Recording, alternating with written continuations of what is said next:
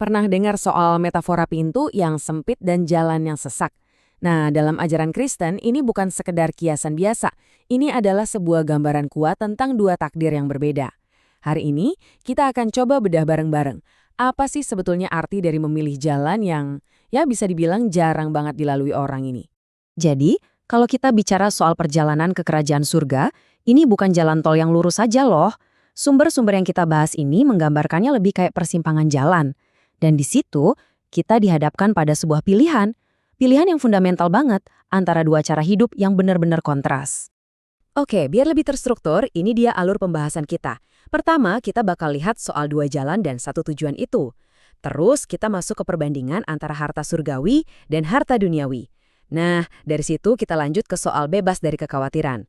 Keempat, kita bakal bahas apa itu iman yang sejati, bukan cuma sekedar ucapan. Dan terakhir, gimana caranya menjalankan kehendaknya. Siap ya? Yuk kita mulai. Nah, kita masuk ke bagian pertama. Ternyata, langkah paling awal itu adalah soal kesadaran. Jadi untuk masuk ke kerajaan surga, itu bukan sesuatu yang terjadi begitu saja. Semuanya dimulai dari sebuah keputusan yang sadar, sebuah pilihan untuk mengambil jalan yang beda dari kebanyakan orang. Jalan yang lebih butuh fokus dan niat. Terus, apa sih rintangan paling besar di jalan yang lebar yang gampang itu? Nah, salah satu yang paling utama adalah jebakan harta duniawi.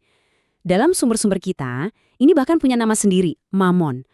Dan ini bukan cuma sekedar duit loh. Mamon ini digambarkan sebagai sebuah kekuatan yang seolah-olah jadi saingan Tuhan. Dan ini ditekankan banget dalam kutipan ini. Janganlah kamu mengumpulkan harta di bumi, tetapi kumpulkanlah bagimu harta di surga. Kalimat ini, jelas banget kan? Ini seolah-olah memaksa kita untuk berhenti sejenak dan bertanya pada diri sendiri, harta kita tuh kita taruh di mana?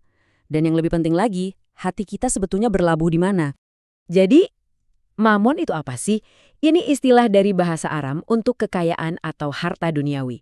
Tapi, perhatian deh, di sini mamon disajikan bukan cuma sebagai benda mati. Dia seolah-olah jadi tuan tandingan bagi Tuhan.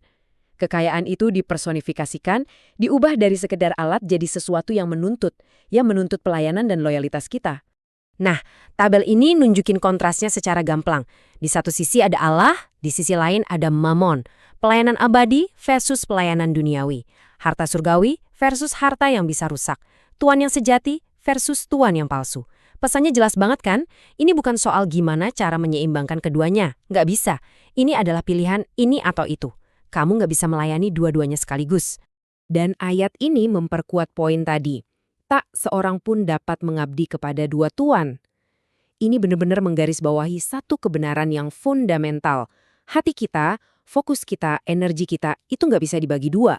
Ujung-ujungnya kita harus memilih satu tuan saja. Dan Alkitab ngasih contoh nyata loh tentang betapa sulitnya pilihan ini. Ada kisah tentang seorang pemimpin muda yang kaya. Dia orang baik, soleh, tapi pas dihadapkan pada pilihan untuk melepaskan hartanya, dia nggak bisa. Dia pergi dengan sedih. Ini contoh nyata dari apa yang mustahil bagi manusia, memilih jalan yang sempit ketika hatinya terikat pada kekayaan. Tapi jangan putus asa dulu. Ada juga cerita kontrasnya, yaitu kisah Zakheus. Dia ini tadinya bisa dibilang budak mamon, seorang pemungut cukai. Tapi lihat apa yang terjadi? Dia dibebaskan. Dia dengan sukarela memberikan hartanya, dan dia diselamatkan.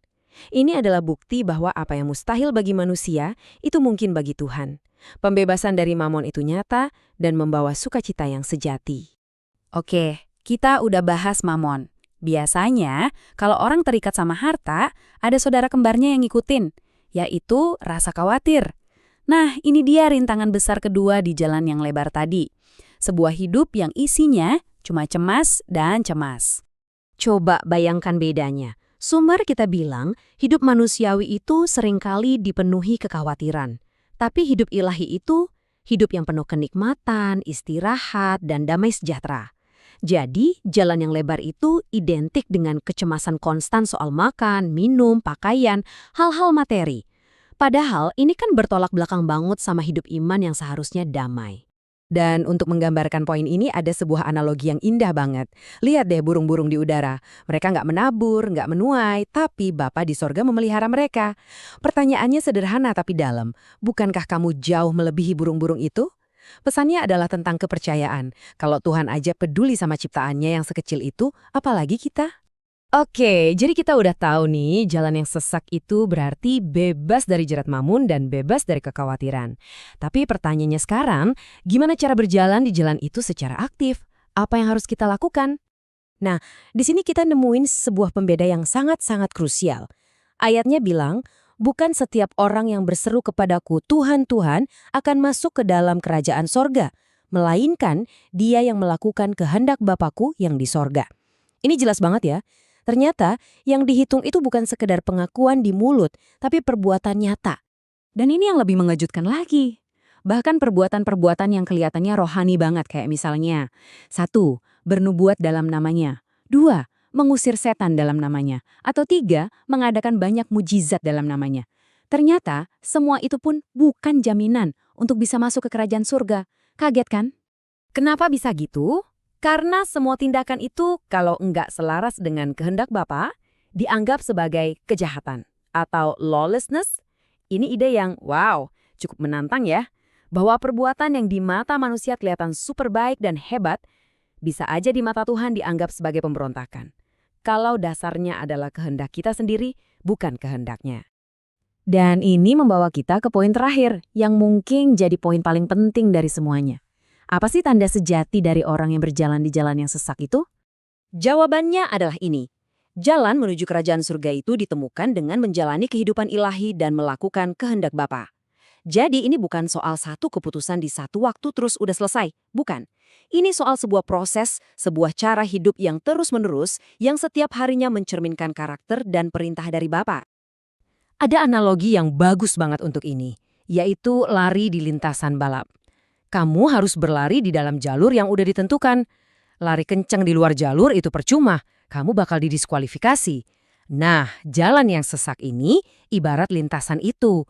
Nggak cukup cuma berusaha atau kelihatan hebat, tapi harus berada di jalur yang benar. Oke, jadi kalau kita simpulkan, apa aja sih intinya? Pertama, pilih Tuhan di atas kekayaan. Kedua, hiduplah bebas dari rasa cemas. Ketiga, jangan berhenti di kata-kata saja. Dan yang terpenting, keempat, secara aktif lakukan kehendak Bapa. Berjalan di jalan yang sesak itu ya soal 4 komitmen kunci ini. Ini adalah sebuah perjalanan yang aktif dan butuh fokus. Nah, setelah semua pembahasan ini, pada akhirnya semuanya kembali pada satu pertanyaan personal yang sangat penting. Pertanyaan ini bukan untuk orang lain, tapi untuk kita renungkan sendiri. Di jalan yang manakah kita sedang berlari saat ini?